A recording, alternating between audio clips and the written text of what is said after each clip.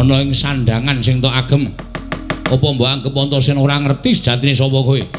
Ketiban daya sungutku ora gugrak marasmu aja duntang Antasena. Waduh, mati aku Antasena.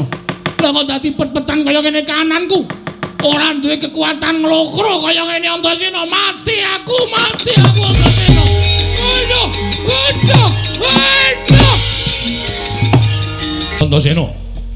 Pakde Mandura ana dawuhmu apa? Ora aku tak takon karo kowe. Aku tak takon karo kowe mara gake wangsul ana pitakonku ani bertitis. Mesti tak wangsuli Pakde, ora-orane aku ora bakal wangsulan. Kersane piye, karepe apa, aku mengkari manut. Kowe mau ngandhakake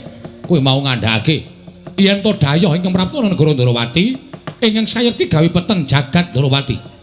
Mula saiki tak takoni Wangsulana, daya sing tok arani mau sapa? Nuwun sewu. Ora arep tak tutup-tutupi aku ora bakal selak. Saiki tak nyuwun prisa karo Pakde, jejere Pakde ning negara Ndarawati kuwi dadi apa? Lho, aku dadi kadange Werdaya Prabu Ndarawati. Wis kabeh wis ngerti. Nek sampeyan kuwi kadange tuwa, wa ireng ing Ndarawati. Statusmu rawuh ning Ndarawati ki apa? Sepatune sapa? Status. Walah. Tegese jejermu minangka ning Ndarawati ki lenggahe dadi apa? Lho, aku Daya. Lah. Mesine Pakde wis krasa nek Daya ning negara Ndarawati iki dadi pepeteng. Terus aku tak takon karo kowe. Apa aku gawe geger apa aku gawe kisruh apa aku gawe rame? Ora gawe geger, ora gawe kisruh, ora gawe rame. Ning Pakde gawe bingung penggaling Siwa Ndarawati. Mergo Pakde nyilih Sekar Wijayakusuma, ya to? Pakde nyilih Sekar Wijayakusuma, alasanmu tok nggo tamba negara Mandura nggone Ketaman Pegebluk. Negara Mandura iso waliyane Rama Tumajati, Jati Lemah Mulya yen to tinunggon Sekar Cangkok Wijaya Mulya. Mula penggali Pakde Kresna bingung.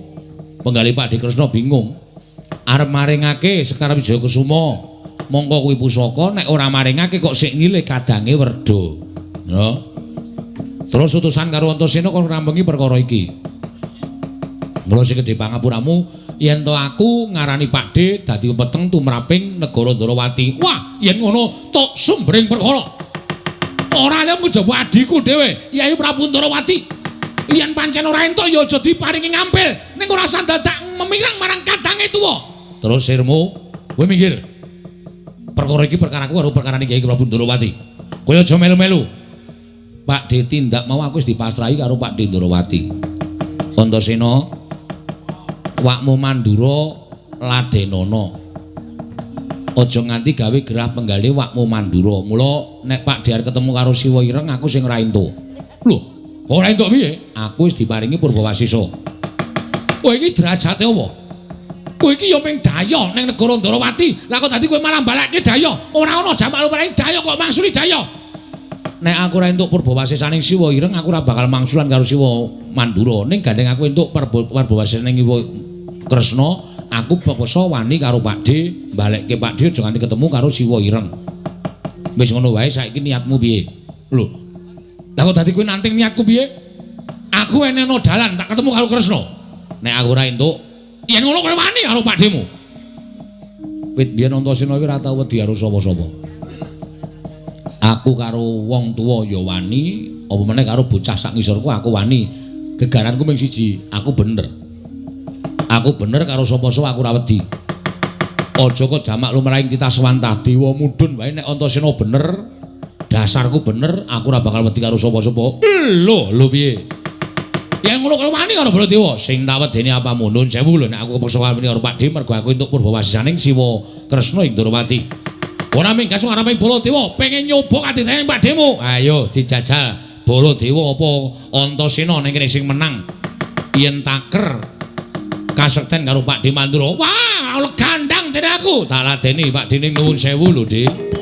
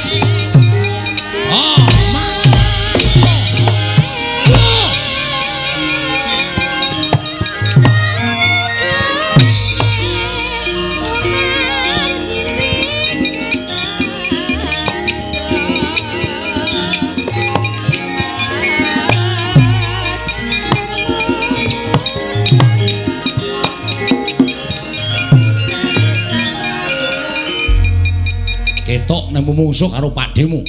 Kowe ora lahir batin Antasena. Ing atase kowe nyepeleke karo wong tuamu Mandura, kowe tak antem tak jotos. Mestine kowe kudune bales. Kewan kae wae kepengin males yen dipiloro karo menungso. Apa meneh kowe menungso?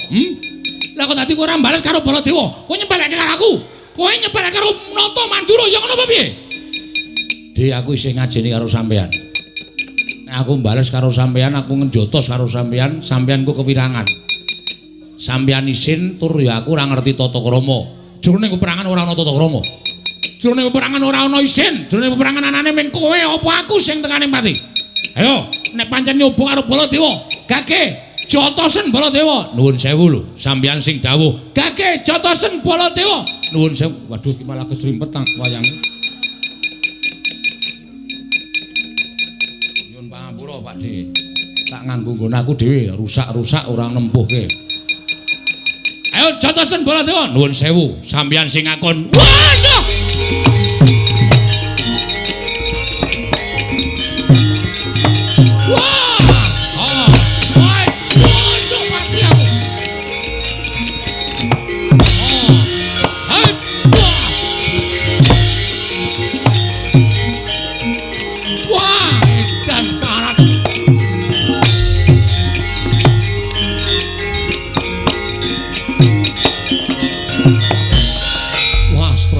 Binatang keparat jajalanan.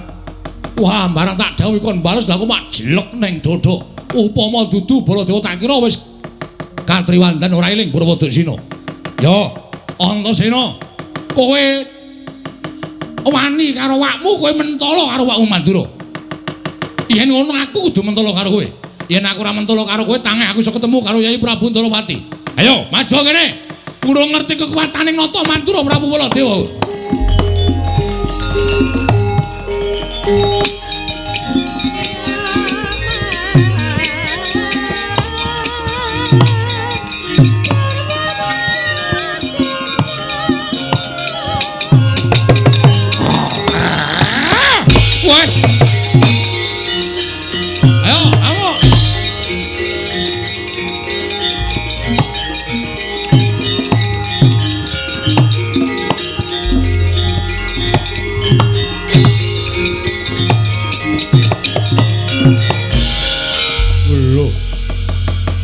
Barang aku nenani karo Siwa Mandura dikon males tak wales.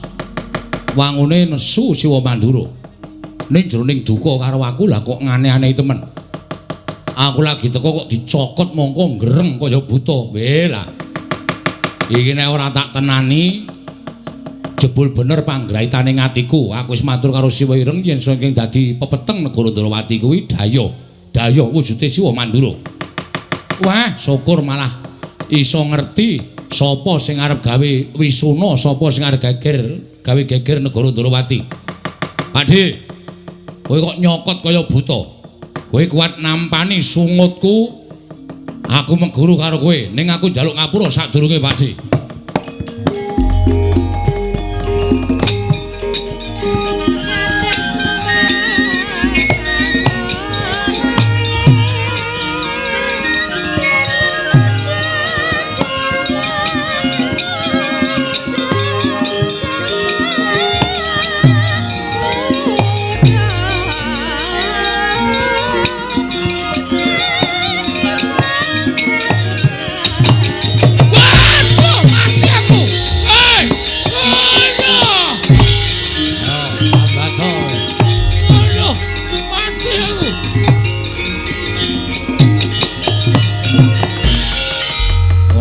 Kowe sesinglon ana ing sandangan sing tok agem.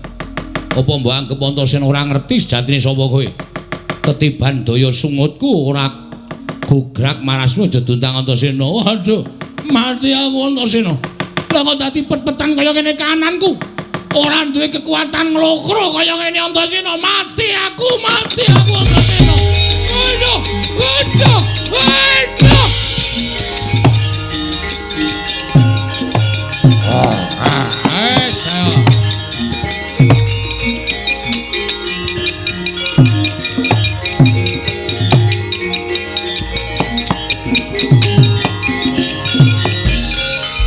Nuwun pangapunten Kula nyuwun gesang Raden. Sapa iki? Kula pun Jaramaya. Lho, Jaramaya iki ra abdining Betari Durga to? Inggih, kasinggihan mekaten. Kok dadi Baladewa barang? Inggih, nyuwun pangapunten pados tedha tedhanipun Baju Barat. Oh, lah mesti arep gawe cintrakaning Siwa Ndarawati. Mula aku kok ditanting supaya gawe padhang kana negara Ndarawati. Pakde. Pakde ireng. Mang tindak mrene Pakde ki lho. Kakangmu Mandura wujute kaya ngene iki, Pakde.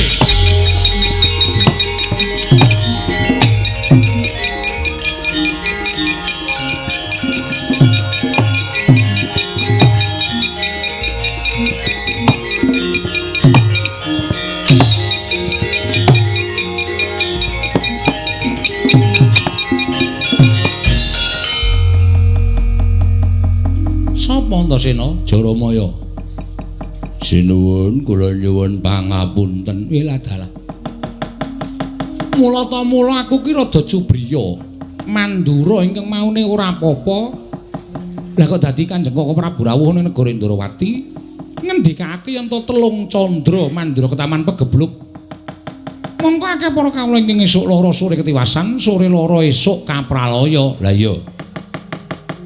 Lah kok jebul sing dadi Koko Prabu Mandura mau Jaramaya iki Antasena. Heeh.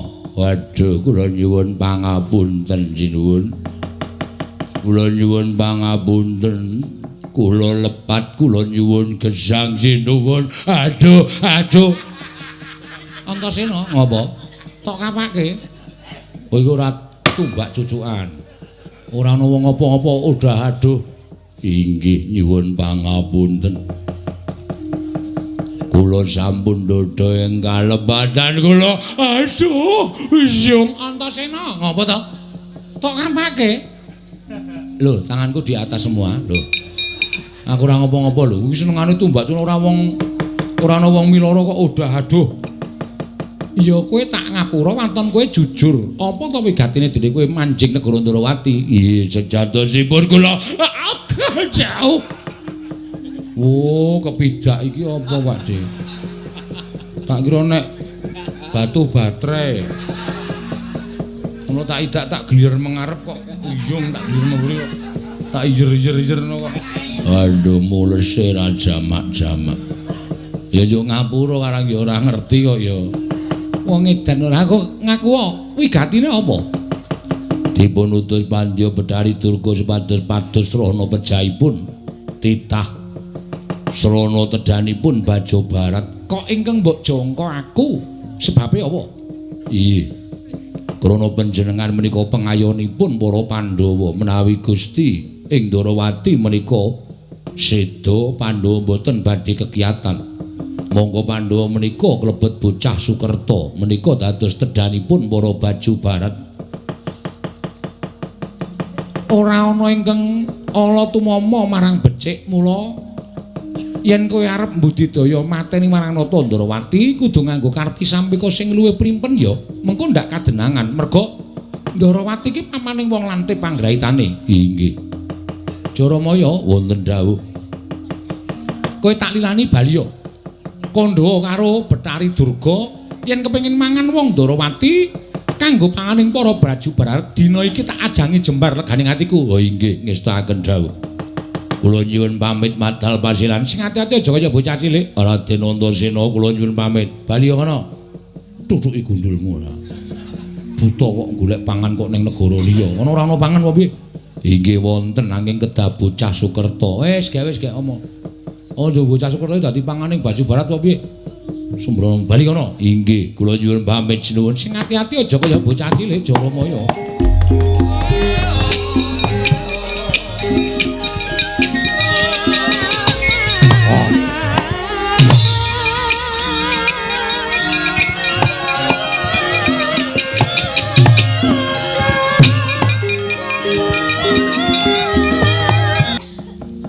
Antasena, piye?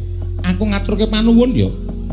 Iki kinarya pratandha nadyan kowe iku isih muda nanging lante panggraitamu. Ya, Pakde tipu padha-padha.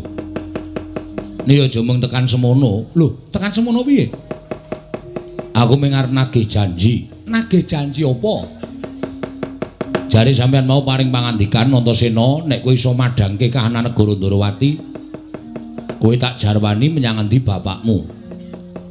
Saiki Ndrawati wis padhang. Ndrawati wis katon padhang, kelilipe wis ilang, ya kuwi wujud Siwa Mandura, sesinglone Jaramaya. Iya. Lah saiki aku tak takon karo kowe. Gandeng aku iso nyingkirake pepeteng kang tumandone negara Ndrawati, aku nyuwun priksa bapakku nendi, isih urip apa wis ora ana. Nyuwun priksa karo Siwa Ireng. Antasena, nggih. Yen kowe takon babakan perkara kuwi, aku mesti bakal menehi wangsulan. Nah, marem aku. Iya. Bapakku nendi, Pakde? Lah, ngertenono. Wangsulanku marang kowe cekak aos wae. Yen kowe takon bapakmu menyang endi, aku ora ngerti. Iki sono perkara liya lho iki. Iki aku bar njotosi kakangne iso ngantemi adine, tenan. Kok sampean ngendikake mau aku bakal menehi pituduh karo kowe bapakmu nendi? Lho lah iya, sing jeneng kekuatan menungso kang winates to. Ya ora. Kresna kuwi menungso titis dewa. Arep padha nyebut titis dewa, ning aku ngrasa yen aku ki menungso lumrah. Wondene menungso kuwi kedunungan ina lali salah apes lawan mati. Tur kekuatan menungso kuwi winates ora padha karo para dewa. Mula nadan aku iki akeh padha nyebutake yen to Kresna kuwi titis Sanghyang Bathara Wisnu. Ning kekuatanku ingkang mapan ning jagat iki ya kekuatan menungso lumrah kaya kowe. Terus, lah ya kuwi mau aku ora ngerti. Wah, iya. Kok malah kisruh ya aku. Lah terus sampeyan mbok menehi dalan piye aku tok kon ngopo? Tok kon kepiye takon karo sapa? Lah kowe kepengin takon karo sapa? Turta kowe kuwi ya kurang gawean kok takon karo aku ngono lho. Kusik sampeyan kuwi rak dadi kusiring para Pandhawa to. Pandhawa kuwi kreta kalau jarane, kusire Siwa Ndrawati. Monggo kreta kalau jarane lagi rusak, kusire kok meneng wae ora ndandani kreta karo jarane. Lho, ling golek onderdil angel. Wah, iki suwe-suwe ra macem-macem iki. Aku suwe-suwe nek mangkel iso tak gawe Karangabang kana negara Ndrawati. Antasena, piye? Kowe iki titah winong wong dening Jawata, kowe iki titah kinasih dening Jawata, tur dasare kowe iki ndunggal kewarisan. Dewa sapa sing ora ngayomi karo kowe? Lah kok dadi kowe takon karo Nata Ndrawati? Lah nek pancen kowe kepengin ketemu karo bapakmu, kowe bingung lek goleki, lah mbok kowe iki munggah ning kayangan. Takon karo para dewa. Ora malah cetha to, ora usah dadak kedoyok kedarang-darang prapta ning negara Ndrawati.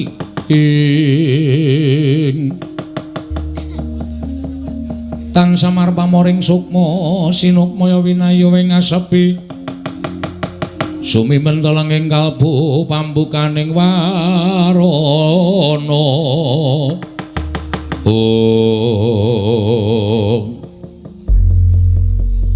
ngono ya Dik. Iya. Oh iya.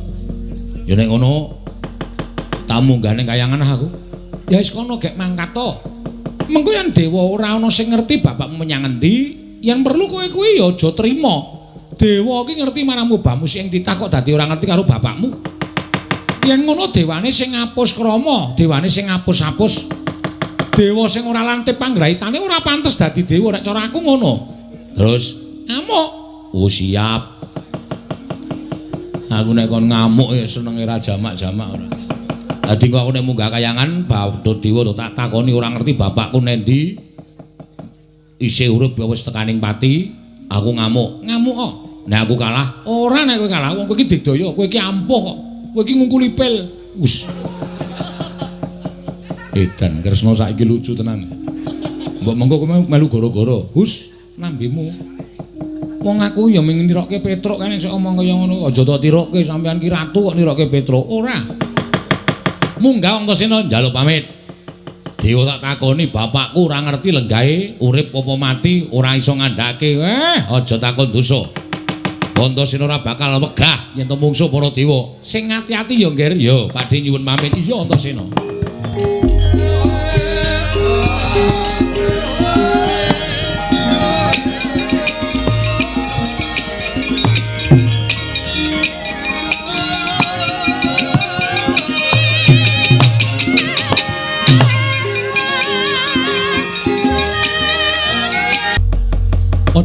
kangelan sira sun pasrahi negara ing Ndrawati. Ora badhe tindak dhateng pundi? Antasena sowan ngandhaki yen ta Werkudara mindran saka ing kasatriyan Jodipati. Nggih. Monggo dadi kewajibanku kudu ngupaya menyang dilenggahi ngadiku lanang nunggul pawenang kasinggihan mekaten. Menapa Prabu badhe tedhak wonten negari Ngamarta? Ora.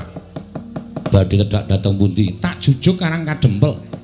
Mesti wae kadangku Yayi Arjuna ya bingung penggalihe merga kakang kadange tuwa lunga saka negara kasatriyan ing Jodipati. Mula muga-muga praptaku ning Karang Kadempel iki mengko bareng kaliyan tekane si Arjuna. Lho nggih. Yen kanthi cara kaya mengkono pun kakang bakal bebarengan kaliyan kadangmu. Tuwa ya kuwi Madukara ngupaya menyang didununging kadangku si Jodipati. Lho nggih. Ora bengestaken dawuh. Lajeng kundur Paduka mbenjang menapa ora usah ndadak mbok antu-antu kunduring pun kakang. Mengko yen wis ta paripurna lelakon pun kakang bakal kundur marang Jeng Ndrawati. Sembah kula ndherekaken Jengkar Paduka Setyaki ya. Tatanan para wadyabala supaya tumbuk kempit aja ningkeng marojol saka sela-selane garu ing gawe geger kanan Ndrawati Setyaki sendika ngestaken dawuh kok ora Bu.